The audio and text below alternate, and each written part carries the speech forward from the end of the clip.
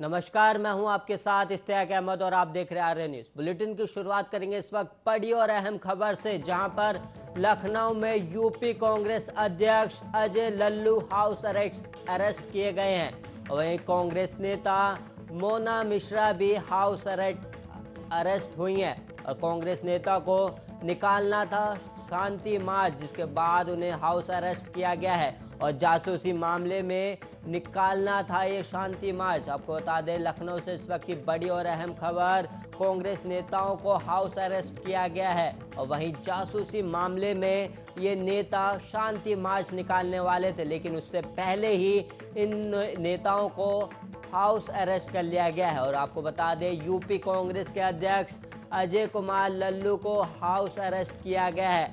अजय लल्लू को house arrest किया गया और एक अन्य नेता को भी हाउस अरेस्ट किया गया है। और आपको बता दें, कांग्रेस नेता मोना मिश्रा भी हाउस अरेस्ट हुई हैं। इस वक्त की बड़ी और अहम खबर, जहां पर कांग्रेस नेताओं को शांति मार्च निकालना था, लेकिन उससे पहले ही उन्हें हाउस अरेस्ट किया गया है और जासूसी मामले में ये शांति मार्च निकालने वाले थे, लेकिन उससे पहले इन्हें हाउस अरेस्ट कर लिया गया है। आपको बता दें, लखनऊ से इस वक्त की बड़ी और अहम खबर, जहां पर यूपी कांग्रेस के अध्यक्ष अजय लल्लू को हाउस अरेस्ट किया गया है और हाउस अरेस्ट में एक अन्य नेता भी शामिल है जिन्हें हाउस अरेस्ट किया गया है। मोना मिश्रा भी हाउस अरेस्ट हुई हैं। तो आपको बता दें, जासूसी मामले पर कांग्रेस शांति मार्च निकालने जा रही थी, लेकिन उससे पहले ही अजय लल्लू और मोना मिश्रा को हाउस अरेस्ट किया गया है।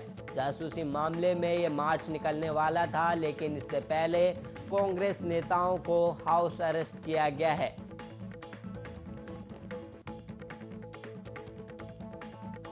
को बता दें, अजय लल्लू को हाउस अरेस्ट किया गया है।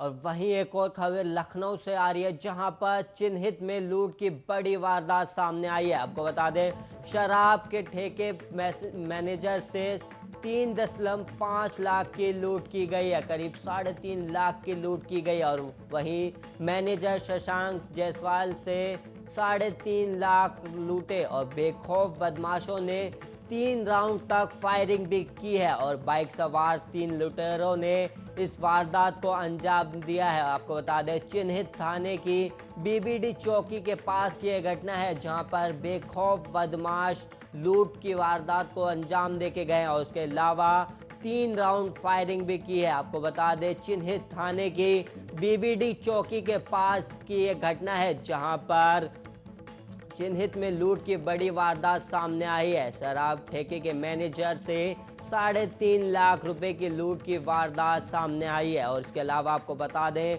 बदमाश बेखौफ नजर आ रहे हैं और उन्होंने 3 राउंड की फायरिंग भी की है। और वहीं मैनेजर शशांक जायसवाल ने बताया कि उनसे 3.5 लाख रुपए की लूट की गई और वहीं बेखौफ बदमाशों ने 3 राउंड तक फायरिंग भी की है। और आपको बता दें, बाइक सवार 3 लुटेरों ने इस लूट को वारदात की घटना को अंजाम दिया है। और वहीं चिन्हित थाने की बीबीडी चौकी के पास की यह घटना है, जहां पर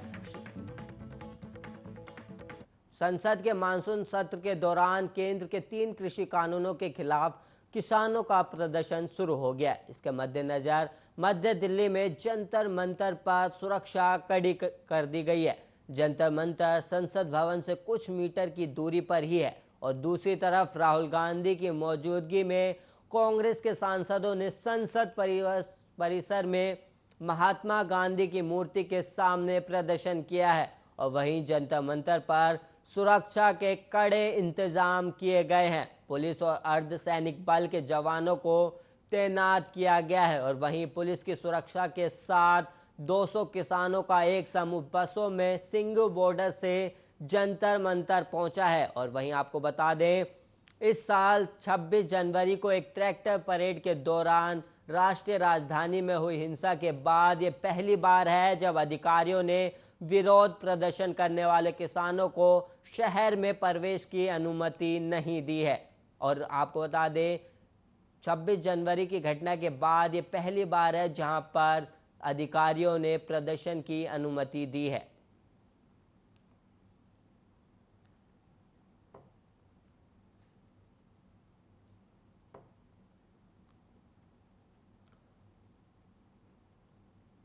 और वहीं एक बड़ी खबर निकलकर सामने आ रही है वो बुलंदशहर से, जहां पर सिगरेट के पैसे मांगने को लेकर विवाद सामने आया और विवाद में दबंगों ने फायरिंग की है और गोली लगने से फौजी समेत 2 लोग घायल हुए हैं और शराब के नशे में ये ताबड़तोड़ गोलियां चलाई गई हैं और घायलों को मेडिकल सेंटर किया गया रेफर और पुलिस मामले की जांच पड़ताल में जुटी। आपको बता दें ये कोतवाली देहात के दरियापुर का मामला है, जहां पर सिगरेट के पैसे मांगने के बाद विवाद खड़ा हो गया और उसके बाद बदमाशों ने गोलियां चलाई और गोलियों में करीब 2 लोगों के घायल होने की खबर सामने आ रही है। और आपको बता दें फौजी समेत 2 लोगों की खबर सामने आ रही है जो इस घटना में घायल हो गए हैं। और घटना कोतवाली देहात के दरियापुर का ये मामला है, जहां पर सिगरेट के पैसे मांगने को लेकर विवाद शुरू हुआ, उसके बाद फिर फायरिंग हुई और फायरिंग में करीब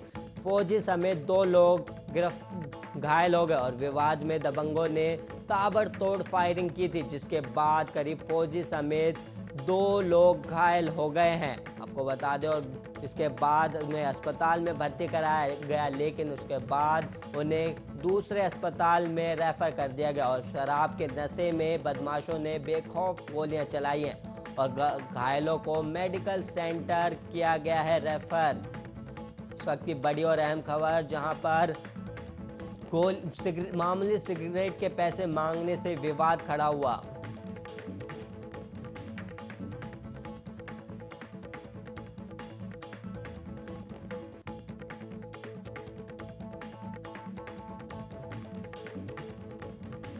और वहीं पश्चिम बंगाल की मुख्यमंत्री ममता बनर्जी ने पेगासस जासूसी विवाद को लेकर बुधवार को केंद्र की नरेंद्र मोदी सरकार पर देश को निगरानी वाला राष्ट्र बनाने का प्रयास करने का आरोप भी लगाया है। उन्होंने 2024 के लोकसभा चुनावों में निरंकुश बीजेपी सरकार को हटाने के लिए विपक्षी एकता पर बल दिया। बनर्जी ने सुप्रीम कोर्ट से अनुरोध किया कि वह पेगासस स्पाईवेयर का इस्तेमाल करके नेताओं, कार्यकर्ताओं, पत्रकारों आदि को निशाना बनाने वाले कथित जासूसी प्रकरण का संज्ञान ले। और उन्होंने विपक्षी दलों से कहा कि 2024 के लोकसभा चुनाव में बीजेपी को हराने के लिए सभी को साथ आना होगा। और वहीं टीएमसी अध्यक्ष ममता बनर्जी ने कोलकाता में शहीद दिवस रैली को डिजिटल तरीके से संबोधित करते हुए कहा, बीजेपी एक लोकतांत्रिक देश को कल्याणकारी राष्ट्र के बजाय निगरानी वाले राष्ट्र में बदलना चाहती है। और उन्होंने केंद्र पर पेट्रोल डीजल पर कर से संग्रहित धन का इस्तेमाल कल्याणकारी योजनाओं के लिए करने के बजाय एक खतरनाक सॉफ्टवेयर से जासूसी करने के लिए खर्च करने का भी आरोप लगाया है। और वहीं बनर्जी ने रैली में कहा, हमारे फ़ोन टैप किए जा रहे हैं, न केवल टैप किए जा रहे हैं, ये एक रिकॉर्डर की तरह है और विपक्ष के सारे नेता जानते हैं कि हमारे फ़ोन टैप किए जा रहे हैं। मैं राष्ट्रवादी कांग्रेस पार्टी नेता शरद पवार जी, चिदम्बरम और विपक्ष के अन्य नेताओं और मुख्यमंत्रियों से बात नहीं कर सकती, क्योंकि केंद्र द्वारा हमारी जासूसी की जा रही है, लेकिन हमारी जासूसी करने से वे 2024 के लोकसभा चुनाव में नहीं बच पाएंगे। ये सीधा सीधा ममता बनर्जी ने पीएम मोदी पर निशाना साधा है।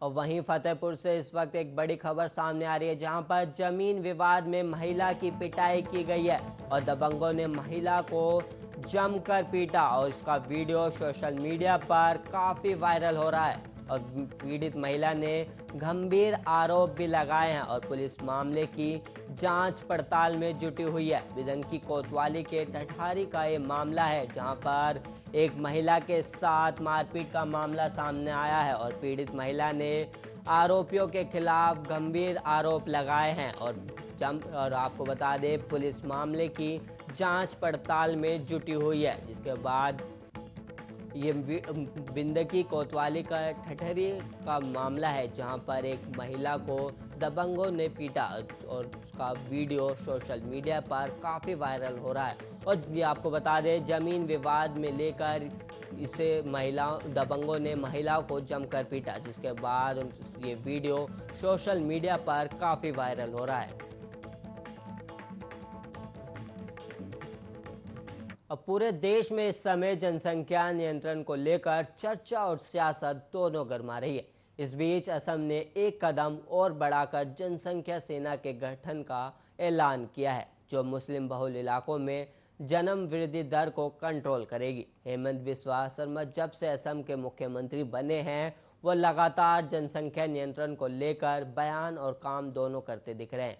ताज़ा ऐलान जनसंख्या सेना को लेकर है। हेमंत बिस्वा शर्मा ने कहा कि राज्य सरकार जनसंख्या सेना तैयार करेगी और सेना मुस्लिम बहुल इलाकों और ज़्यादा जनसंख्या वृद्धि वाले इलाकों में तैनात होगी। और वहीं जनसंख्या सेना जागरूकता फैलाने और लोगों के बीच गर्भ निरोधक बांटेंगी। इसके लिए सरकार 4 चपोरी क्षेत्र के 1000 युवाओं को शामिल करना चाहती है। इसके अलावा 10,000 आशा कार्यकर्ताओं की अलग फोर्स तैयार होगी, जो घर घर जाकर बर्थ कंट्रोल पर लोगों को जागरूक करेगी। और वहीं आपको बता दें, कांग्रेस विधायक शरमन अली अहमद के एक सवाल के जवाब में हेमंत बिस्वा शर्मा ने ये जानकारी दी है। मुख्यमंत्री हेमंत बिस्वा शर्मा ने जनसंख्या नियंत्रण के मुद्दे को राजनीति से अलग करने और राज्य के मुस्लिमों के बीच समस्या को हल करने के लिए शिक्षा, स्वास्थ्य, बाल विवाह समाप्त करने और वित्तीय समावेशन पर जोर देते हुए एक यथार्थवादी समाधान अपनाने का आह्वान किया है। और वहीं आगे शर्मा ने कहा कि समस्या मुस्लिम बहुल जिलों में ज़्यादा है। साथ ही उन्होंने कहा कि मुझे खुशी है कि ये प्रस्ताव कांग्रेस विधायक की ओर से आया है। अगर ये मेरी ओर से आता तो लोग कहते कि मैं राजनीति कर रहा हूँ। मैं विपक्षी सदस्य को चर्चा शुरू करने के लिए धन्यवाद देता हूँ, क्योंकि हमारी जनसंख्या नीति मुस्लिम विरोधी नहीं बल्कि गरीबी विरोधी है।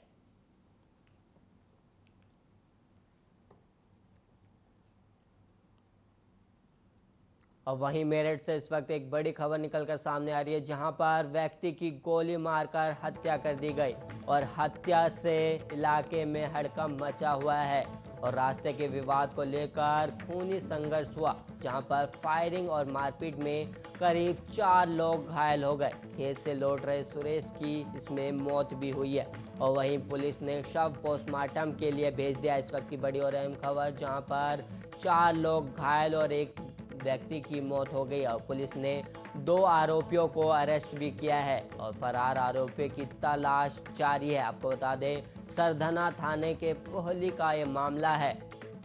पुलिस ने इस आरोप में 2 आरोपियों को गिरफ्तार भी किया है। आपको बता दें, ये फरार आरोपियों की तलाश भी जारी है, जिसके बाद पुलिस आरोपियों की तलाश में जुटी हुई है। और ये आपको बता दें, सरधना थाने के पोहली का ये मामला है, जहां पर मामूली विवाद में व्यक्ति की गोली मारकर हत्या से हड़कंप मच गया है।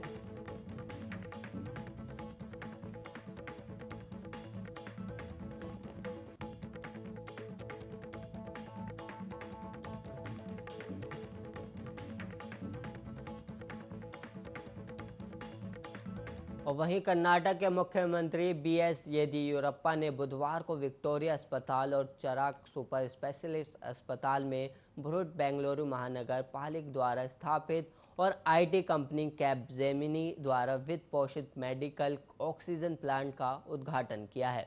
ऑक्सीजन संयंत्र 400 लीटर प्रति मिनट उत्पन्न करेंगे और सिलेंडर रिफिल इकाइयों के साथ भी लगाया जा सकता है। और वहीं CM ने आभासी उद्घाटन के बाद अपने संबोधन में कहा, जैसा कि कोविड-19 महामारी के खिलाफ लड़ाई जारी है, और वहीं चिकित्सा बुनियादी ढांचे को बढ़ाने के लिए सार्वजनिक और निजी क्षेत्र के सहयोग से राहत प्रयासों में और तेजी आएगी। और कैपजेमिनी सहित निजी क्षेत्र की कंपनियां विभिन्न कोविड-19 राहत प्रयासों में राज्य का समर्थन कर रही है। और चिकित्सा ऑक्सीजन संयंत्रों की स्थापना सहित ये समय की ज़रूरत के दौरान समाज के लिए एक बड़ा सहयोग है। इन ऑक्सीजन संयंत्रों को कैपजेमिनी द्वारा भारत भर में चिकित्सा बुनियादी ढांचे को बढ़ाने के लिए अपनी 50 करोड़ रुपए की प्रतिबद्धता के हिस्से के रूप में वित्त पोषित किया जाता है।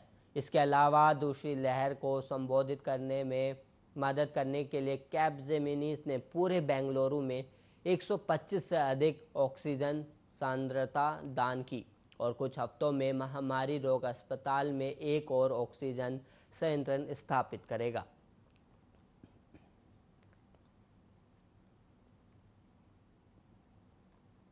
और वहीं तेल कंपनियों ने लगातार 5वें दिन पेट्रोल डीजल की कीमतों में कोई बदलाव नहीं किया है। ये हफ्तों में सबसे लंबा ठहराव है। राष्ट्रीय राजधानी में पेट्रोल 101.84 रुपये प्रति लीटर पर बेचा जा रहा है, जबकि डीजल भी 89.87 रुपये प्रति लीटर बिक रहा है। और वहीं रविवार से पेट्रोल पंप की कीमत स्थिर है। और वहीं आपको बता दें, शनिवार को पेट्रोल में 30 पैसे प्रति लीटर की बढ़ोतरी हुई थी, जबकि डीजल की कीमतों में कोई बदलाव नहीं हुआ था। और मुंबई शहरों में जहां पेट्रोल की कीमत 29 मई को पहली बार 100 रुपये के पार हो गई, वहीं आज तेल की कीमत 107.83 रुपये प्रति लीटर है। और शहर में डीजल की कीमत भी 97.45 रुपये है, और जो महानगरों में सबसे ज़्यादा है। सभी महानगरों में पेट्रोल की कीमतें अब 100 रुपये प्रति लीटर के आंकड़े को पार कर गई है।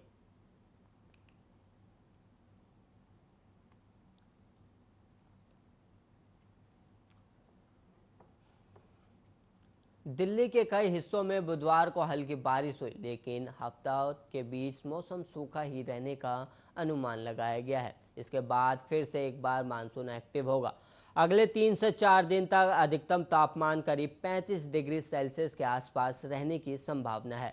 मौसम विभाग के एक अधिकारी ने बताया कि दिल्ली में 25 जुलाई तक ज़्यादा बारिश नहीं होगी, और वहीं 26 जुलाई से शहर में फिर से भारी बारिश होगी। और आईएमडी के आंकड़ों के अनुसार पिछले कुछ दिनों में मानसून की अच्छी बारिश ने दिल्ली में बारिश की कमी को पूरा कर दिया है। और वहीं सफदरजंग वेधशाला के अनुसार जुलाई में अब तक 220 मिमी बारिश हुई, और सामान्य तौर पर जुलाई में 210 मिमी बारिश दर्ज की जाती है। हालांकि उत्तर पूर्वी और दक्षिणी दिल्ली अब भी बारिश की कमी वाले जिले की श्रेणी में है। और वहीं उत्तर पूर्वी दिल्ली में सामान्य 208.6 मिमी बारिश के मुकाबले 110 मिमी बारिश दर्ज की गई, जो मानसून का मौसम शुरू होने के बाद 1 जून से 49% कम है।